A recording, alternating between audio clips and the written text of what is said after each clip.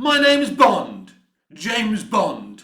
I have a license to thrill. You're actually not watching James Bond, you're watching me, Mick, your host with the most. If you want proof, ask your girlfriends and your wives. Here on my YouTube channel, Movies TV Mad. You can also follow me on X at Movies TV Mad and on Instagram, Movies TV Mad X. We're obviously going to be talking about James Bond today because I think, as a James Bond fan, it's the elephant in the room. We need to address this situation. And I'd actually forgotten about this situation. We haven't had a James Bond film for over 2 or 3 years now. And, these days we talk about these like CBM universes with 3 or 4 movies a year. And we haven't had a Bond film for like 2 or 3 years. But I don't mind having that space, but nothing's happening. We need a new James Bond. We need a script. We need a director announced. And we're not getting any of these things. Look, James Bond is in development hell. But what jogged my memory is Zack Snyder, while talking about Rebel Moon and other things, said that he has an idea to do a new young James Bond, aged around 20 years old. And I really liked his pitch. Now, obviously, Zack's on a trigger train. He loves winding people up. He clearly loves James Bond. He loves a lot of stuff. The guy's like us, a nerd. Now, we know that Zack Snyder and Christopher Nolan are friends. They're connected. It was Nolan that suggested Snyder get involved with the DCEU and direct, firstly, Man of Steel. I love Man of Steel, as you all know. I love BVS and I love the Snyder Cut. And I loved Rebel Moon. So I'm a big Zack Snyder fan. I would have no issue as a James Bond fan with Zack Snyder directing this young James Bond movie. Of course, it's all just talk. 99% sure it's not going to happen. But this is an industry I know very well. And never say never. How convenient. We do have a Bond film called Never Say Never Again, which is probably one of the worst Bond films ever fucking made. The late Sir Sean Connery. Why? Anyway, with Zack Snyder talking about that, and it's interesting because, Christopher Nolan has been linked with James Bond for so many years because he's a mad fan and he's always wanted to make a James Bond movie. I can confirm he has had talks recently with Eon, Barbara Broccoli, Michael G. Wilson. Those talks broke down because they wouldn't give him complete creative control. Why bother talking to Chris if you're not going to do that? Well, here's the thing. Eon Productions have never allowed any director to have creative freedom totally. They're the ones who always set the narrative. They're the ones who do the casting for Bond and the other characters, especially the Bond girl, and Bond is always them. They set what the film's going to be. It's never the director. And it was the same under Cubby. But here's the thing. Eon Productions must change. Now, you've got Eon. And then you've got Amazon, who own MGM now. So it's all a bit of a mess. It's clear they're sitting down, these two entities. And they really can't decide what to do. So what have they done? They've launched a James Bond quiz show. Is it Win a Million or whatever it is? I haven't seen it, but I wouldn't. I'm actually offended that the first thing they've done is launched a fucking James Bond quiz show. What is wrong with you? The last movie, even though I found it narratively dull and a film that went on and on and on and underwhelming, I do feel technically and visually it was a beautiful James Bond film, as all the Craig era Bond films were. But it was boring. And no, I wasn't triggered because they killed him off. I don't even care that they killed that version of Bond. Because basically Daniel Craig's Bond is in a separate continuity. So they haven't, the James Bond from the Lazenby, Connery and Roger Moore and Dalton continuity, that Bond is still out there somewhere. Pierce Brosnan's James Bond is still out there. Is it feasible to cast Brosnan again at his age? I don't know. I mean, I don't even know how old Brosnan is. I don't know. I don't think, would it work? Would an older James Bond work with the physicality needed? I don't know. I mean, I'm here for it. But then I'd be here for, how old is Timothy Dalton? He's probably even older than Pierce Brosnan, right? That probably wouldn't work. Look, we're just thinking outside the box here. But, with Zack Snyder speaking about what he would do with James Bond, it certainly kind of jogged me, remembering that that James Bond is in creative hell. And for me, as a fan, I mean, I grew up with this as a kid. One of the first films I ever saw, along with Superman the movie, Star Wars A New Hope, the Batman 66 movie, was Live and Let Die. I remember having Live and Let Die on VHS. I recorded it off the telly. I remember watching Live and Let Die, which was my first Bond film, as I say, and my experience was just so beautiful. It was just so weird and violent and funny and action-packed. And Roger Moore, Sir Roger Moore, is my favourite Bond because he was my first Bond. He was my first introduction to that universe. So I'm such a huge fan of these movies. Unfortunately, those movies I grew up with are products of their time. And now Barbara Broccoli and Michael G. Wilson are pretending they're embarrassed of them because of the way that those films treated women. And, you know, when you call a character Holly Goodhead, you know, that was obviously, I mean, I've never read an Ian Fleming Bond book, novel. Did he name the character Holly Goodhead? And the other questionable names? I think he did. So look, if we put that to a modern day audience, they're going to say, you know, what kind of guy names a character Holly Goodhead? I mean, I think it's fucking hilarious. I mean, look, you've got to give it to the guy. I mean, Holly Goodhead. I mean, it's a fucking, I wouldn't say a good name, no pun intended, but yeah, I just think it's funny. But if you're looking at it from a modern day lens, of course, it is offensive. I understand that we kind of have to change the way we go at Bond, especially where women are concerned. But here's the thing. There's a reason people watch James Bond, and it's wish fulfillment. You know, when I watch Casino Royale, all of a sudden, I've got an imaginary gun and I'm going, you know, I'm Bond, man, you know. The adrenaline starts kicking in. I was watching Die Hard, the first Die Hard the other day. I binged them all, by the way. You know, he's running about the Nakatomi building and I'm going, you know, I'm John McClane, running around here on my own like a lunatic, right? If you saw me, you'd put me in a padded cell. I probably should have been in a padded cell many years ago. But it just gets that adrenaline. It's that wish fulfillment, isn't it? It gets you excited.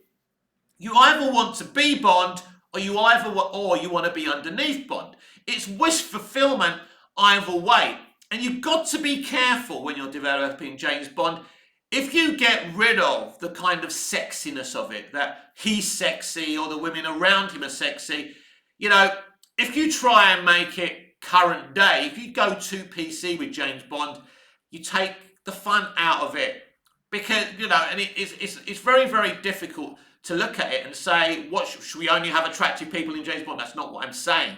And everyone has a different idea on what's attractive and what's not attractive. I mean, some mad person out there may even find me attractive, right? You know, there's got to be at least one person with shit in their eyes, right? But anyway, the point being, James Bond became successful for a reason. It wasn't just the beautiful girls. It wasn't just the action. It wasn't just the violence. It wasn't just James Bond. It was all those elements. It was Q, M, Moneypenny, Bond, all rolled into one. And yes, because Bond's sexy, the women are sexy, and it works. And if current day entertainment tries to take away any of those ingredients, you're in trouble. Because even in the Craig era, which yes, was slightly a little bit more current day and PC, in places still had a very attractive James Bond and very attractive Bond women. But they weren't sexualized, barely sexualized at the very least. Now, they still made a lot of money. The problem is, all of a sudden, men being attracted to women is called sexualization. So basically, in my brain sometimes when I walk past a hot female and I'm thinking in my head silently, oh yeah, you know, oh my God, I just sexualized her. But it's just a natural thing to be attracted to an opposite member, you know, you know, a human being that happens to be a woman. It's natural for a straight man and it's natural for a gay man to find another man attractive. They're not sexualizing you. It's a natural reaction. But this is the problem. This is the world we live in today. It's how do you make a film with all these obstructions? You know, you're worried about offending this one, offending that one. You know, everyone has to see themselves on the screen now. You know, how is that even a thing? How is that even possible? You know, I've got nothing against diversity and representation. Of course I don't. No reasonable person could. But you can't have this ethos in a Bond movie, seeing yourself on the screen. You can't. It's not about that. James Bond is wish fulfillment. And I think what James Bond is desperate for now is for Eon and Barbara Broccoli and Michael G. Wilson creatively to take a back seat. Because they've made many, many mistakes since taking over James Bond. For example, GoldenEye was a great Bond movie. Casino Royale was a great Bond movie. Skyfall was a great Bond movie. I mean, basically, we've had around 3 or 4 great Bond movies since they took over. You know, for example, like the other films after GoldenEye with Brosnan weren't bad movies by any stretch of the imagination. They just weren't top tier Bond. And then when you look at the Craig era, apart from Casino Royale and Skyfall, they weren't top tier. I wouldn't say they're horribly bad movies. As I say, technically, you know, the other movies that weren't great were still, you know, good Bond movies visually and technically, but narratively, they weren't very good. And they're just movies you're watching because they're Bond movies. But they still make money. That's the crazy thing about Bond. When you look throughout the series, I mean, most of them have made money, even the ones we would deem as not as good as the top tier ones. Some of them didn't make much money, but mostly Bond movies, even the not so good ones, have made money. This means that this IP has something incredibly special, that people love James Bond. And it's just a shame that Barbara Broccoli, the woman who inherited all of this from her father, you know, Barbara Broccoli isn't a self-made independent woman. She wouldn't be in her position if her father, Albert R. Broccoli, Cubby Broccoli, wasn't a pioneer and didn't license the James Bond novels to turn into movies. The man was a pioneer. He was a great producer, and he's the reason we have Bond films today. So I don't think she really gets it. I hear her talking about the modern day and women and this and that, and she's trying to be right on and PC. But that's the problem with James Bond. If you go too far that way, it really doesn't work. And we are restricted these days with what we say and what films we see. We are restricted because everyone has an opinion and everyone feels they have a right to see what they want to see. It's not how it works. That's just not how it works. But you see, that's what I mean. How can you make great entertainment with these perspectives? The truth is, you can't.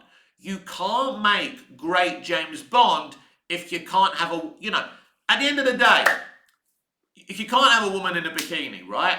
If you can't have James Bond having sex, if you can't have him being a bit of a womanizer, and if you want him to be bi, if you want him to seduce men as well, I couldn't give a shit. You can do that as well. I ain't got a problem with that. Either way. But James Bond has to be James Bond. And I think, look, all the conversations prior to No Time to Die were, oh, you know, the older James Bond was problematic, blah, blah, blah. This is why they created another timeline for the character. But now they've killed him off in the second continuity. So what are we going to do now? Create a third continuity for James Bond, and when the next Bond goes, then another continuity, then another continuity. It's dumb. This is why Doctor Who has been successful over the years, because literally it's one continuity. The actor leaves, he regenerates. Clearly you can't have James Bond regenerating or having plastic surgery at the end of each movie. I mean, it's interesting, you know, because if they were to take the Mission Impossible kind of thing with the masks, you could actually have a thing where James Bond's wearing that kind of thing, and then when the actor finishes, he takes off the mask and he's someone else. That would be interesting, but I think people would hate it, wouldn't they? Just an idea, don't shoot me. Just an idea. I think it's an interesting idea. Imagine that. That'd be really dramatic, wouldn't it? And then you see like Jude Law or whoever would be playing James Bond. So there's a lot of different perspectives with James Bond as well. Who should play James Bond? You know, should we have a multicultural actor? I don't have a problem with a black Bond, a brown Bond, or whatever. I'm fine with it. There's been some nonsense talk about a female James Bond in the past. I really don't understand. Most of that is just jokey and fun. I get it. But James Bond clearly is a man. You know, you wouldn't start saying, should we get Ripley from Aliens to be played by a man? You wouldn't do that, would you? Or Sarah Connor from Terminator to be played by a man? You know, or any female iconic characters. It would be ridiculous. So James Bond needs to be James Bond. But we are in development hell and they don't know what to do with it. And with Christopher Nolan and Zack Snyder being connected, could it be a situation where Christopher Nolan maybe could put in a good word for Zack Snyder? I mean, look, it's unlikely. I've got more chance of directing a Bond film than Zack Snyder. And Zack Snyder is going to have the same issues with Eon that Christopher Nolan did, which is he wants creative freedom. And as I say, you know, we had, they got rid of one director before they brought in the other director, you know, for Danny. What's his name? Danny, a really brilliant British director. You know, they brought him in and they had creative differences because he wanted to do something else. They didn't want him creatively to go down that line and they got rid of him. And that's the problem. And so if you're not going to allow, because I think these are the days of the visionary director. And I think that's the problem with Eon. They don't want a visionary director making James Bond. And I think this is where they're wrong, because I think there's so many directors out there like Snyder, like Nolan, who love James Bond, who have really great ideas to what to do with James Bond. But Eon don't work that way. They're not going to allow someone to come in and make a trilogy or make 5 movies of their own. And this is hurting James Bond. Because we've seen what Eon think of James Bond and what modern day Eon want to do with James Bond. The truth is, I think Casino Royale was the most visionary thing that James Bond has ever done. But they didn't take it on. They had this really great idea of continuing Casino Royale into Quantum of Solace, but Quantum of Solace just seems like a little bit of leftovers from Casino Royale, and then they're done. And it kind of continues, but it doesn't. He's kind of come to terms with the Vesper Lynd situation, and it's done. And then by the time we go to Skyfall, he's an older James Bond. It's all fucking weird if you ask me. These are people who have different ideas. We're implementing different ideas all the time. And most of them barely worked. I mean, Skyfall's a great movie, but it's also a big rip-off of Christopher Nolan's The Dark Knight. So I think this is where the problem is with James Bond, and I think this is why they're in limbo. Until they wash their hands and allow a director to implement his or her vision for James Bond, we're not going to move further forward. We're going to keep on doing the same things, new actor, new continuity, another new continuity, because they killed off the James Bond in this continuity. So are they going to say, what are they going to do? That's another good conversation to have. What are they going to do? Are they going to say it's still in the Daniel Craig continuity? He didn't really die, but he's played by another actor, and this is how he survived. Are they going to do a spin-off with James Bond's daughter? Because James Bond's got a daughter now, hasn't he? Could they jump a bunch of years? They can't jump too many years because James Bond is a human being. He can age like normal people, so that would be weird as well. I don't know what they're planning on doing. But the thing is, I think the fans are running out of patience with Eon, because it's not just me saying this. It's a lot of people who agree with me on this, that the problem at Eon Productions isn't necessarily Amazon or MGM. It is Eon, it is Barbara Broccoli, and it is Michael G. Wilson. They are the huge problems here, because they are insisting in creatively being involved. And Barbara Broccoli obviously was there with her father for many, many years. She understands the business, definitely more than you and I do. But that doesn't mean anything. You know, if I go and ask for fish and chips and I don't like the taste of my cod, it doesn't mean I can't complain just because I don't know what it takes to make a nice cod. Do you know what I mean? And that's the thing. As fans, we've got to stand up and say, you know, Barbara and Michael aren't doing a very good job right now. And it's being inconsistent. The Brosnan era was inconsistent, and the Daniel Craig had the same inconsistencies and problems. So both the Craig era and the Brosnan eras had the same problem. And the only people you can blame for that are Barbara and Michael.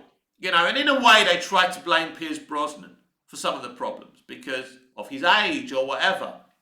Daniel Craig they loved and they never said anything against him. But the thing is, for me, it's not about the actors. It's about them. It's not even the people they get to write the movies or direct the movies. It's Michael and Barbara that are the issue here. And they really need to start relinquishing control because they're not getting any younger either. So, and I'm sure they'll pass it down to their kids, and maybe their kids will be a bit more forward thinking and saying, all right, Christopher Nolan, make your own Bond movie, make your own Bond trilogy, do whatever you want. And it may be a situation that until Michael and Barbara retire and relinquish control of Eon and Bond, and they, as I say, give it to their next of kin, I think until that happens, we're going to have the same old problems. Because you can't have an IP as valuable as James Bond, whether, as I said earlier, whether it's a good or bad or indifferent movie, these films still make a lot of green. They make a lot of money. And you can't be resting James Bond for 3, 4, 5 years. Now, I know people are saying that, Disney and WB have overloaded us with comic book movies, but that's because those IPs are worth a lot of money. And any business in their right minds, you can criticize them if you want to make something that works. CBMs were popular, so we were being overloaded with CBMs. The Phantom Menace merch when the Phantom Menace was released was very popular. So when I worked in a toy shop, we had, we were running out of Darth Maul heads, double lightsabers. They were selling. So we double ordered because we were selling so well. That's how it works. You can't blame Disney and WB for making a lot of, CBMs. They weren't mostly very good ones, and that was the problem. But in terms of Bond, you can't have an IP like Bond rested for 4 or 5 years. I think No Time to Die came out in 2021. We're nearly in 2024. We're heading, we're going to be approaching the 3-year stage. Now, it's not as important not to have a movie. I'm fine having a 2 or 3 year gap. Maybe that's a good thing for Bond. But not to be doing anything. It's over 2 years since the last film was released. We know that Daniel Craig, as far as we know, and it's not beyond the realms of possibility that Daniel Craig comes back as Bond as well. Don't be surprised. I've actually been thinking this ever since I saw No Time to Die in the cinema, that maybe Craig will do one more and his character, his version of Bond, isn't actually dead. We will wait and see on that. I'd rather he doesn't come back.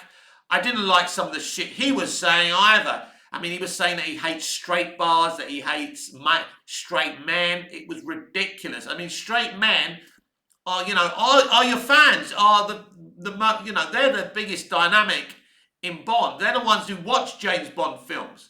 So it was crazy that he was saying shit like that. So I'd rather he doesn't come back. And the film before last, Spectre, he said he'd rather, open up his wrist and make another Bond film. So, and he only came back for the, at the end of the day, he only came back for the money, didn't he now? So it's best he doesn't come back either. But I think what is best for James Bond, that someone like Nolan comes in and takes total control. At this moment in time, there's no way Christopher Nolan will be making a Bond movie because he's not going to be allowed creative control. And as I say, Michael G. Wilson and Barbara Broccoli are the problem here. And you just need someone who loves Bond, who wants to mould a brand new Bond universe and do something exciting and very modern day. But they want to put James Bond in the modern world, in the world that we live in today. But that's not what works for James Bond. As we've already said, he's wish fulfillment, he's escapism, he's fantasy. We want to be him. And women and gay men want to sleep with him. And that's great. So whatever you want, whatever your wish fulfillment is from James Bond, whether it's sex, attraction, or you want to be a secret agent yourself. And as I said on the top of the show, there's no reason why a woman can't wish and imagine being a female secret agent while watching James Bond. I know many that have felt that way. So it is about wish fulfillment with James Bond, and putting him in the real world just creates problems. It makes it dull. It takes away the wonder. So there's so many different things that you can do with James Bond. He could be in the Second World War, he could be in the Great War, he could be in a future Third World War. For crying out loud, we've already seen him in space. Anything's possible. Many scenarios are possible with James Bond, especially if you think outside the box. The problem is, for people like Broccoli and Wilson, they're not thinking outside the box. I will be very, very interested who plays Bond next, who directs Bond next, and what direction they go in. And some will be excited, some will accept it, and some will think this is shit. It all depends. I think, listen, we are in a place in entertainment now where they're all saying the same things. We want it relevant for a modern day audience. Unfortunately, that modern day audience is in their imagination. They're trying to tick the boxes. They're trying to say the right things. They're trying to be right on. And it just doesn't work, people. It doesn't work. It's not what people want. This imaginary audience, these people on Twitter or Instagram who say this is problematic and that's problematic, don't go to the cinema, don't support your shit. And that's the problem. So they may get all offended on social media, but they're irrelevant because they weren't going to go and see your movie anyway. And you'll never please these people. Even if you have about 20 nationalities in a movie and every sexuality and every gender, they'll think of one you haven't had there. And they'll say that you're problematic. You can never please these people. So what you do is you make a great Bond film. That's wish fulfillment. That is escapism that we can all enjoy. It doesn't have to be like the films we grew up with in the 60s, 70s and 80s. We've moved on a little bit. I get it. It's fine. But for crying out loud, understand. And this is the problem with all entertainment today. We've lost that wish fulfillment, that fantasy element of entertainment. And that's why, mainly, I'm watching old films and old television box sets, because there's nothing to give me wish fulfillment anymore or escapism out of modern shows. And I am very, very sad where entertainment has hit today. There's not much to look forward to. There's not much to enjoy. There's still a few good things like Joker and Batman 2 and things like that to look forward to, and Dune 2 and things like that. But the visionary directors are still great and making great stuff. But then you've got the other directors that are problematic. Let's not mention any names here, but there are problematic people in the industry today, and they continue with their nonsense and their hatred for certain groups of people. Straight men, for example, they hate us and they want us to know that they hate us too. So they take over like things like Bond, or, we had Chibnall taking over Doctor Who, so he made it bland and boring, as we've discussed before. And then you lose that excitement for these IPs. They don't make any money, nobody's watching, nobody's interested. It's like Star Wars now. It literally is dead. Years ago, when people used to mention the name of Star Wars, I'd be so excited. But now it's like, no, I don't care. It's owned by Disney. They have no intention of making great, epic Star Wars like George Lucas did. So I'm not interested in Star Wars anymore. I get more excitement about hearing about the future of Rebel Moon than I do about Star Wars, because I know they don't have the intention to do anything good with Star Wars. I know that. When they first bought it, I was dumb like everybody else. I thought they actually wanted to make great Star Wars and make money from Star Wars, but it's clear that Star Wars, like with everything else with modern day entertainment, is just another political weapon. And I don't have to put myself through that. I don't have to hear that my gender and being, straight men, our sexuality and our gender are a problem. I don't need to listen to that, right? Because it's so poisonous, it's so vindictive, and it's so toxic. I don't need an industry that has murders in it, buries the body, an industry that take drugs, abuse women, and abuse each other, telling me that my gender and my sexuality are problematic. So we need to move past this era in entertainment. My concern is we won't be moving past it for a very, very long time. So I think that James Bond will be stuck in development hell for a few more years yet.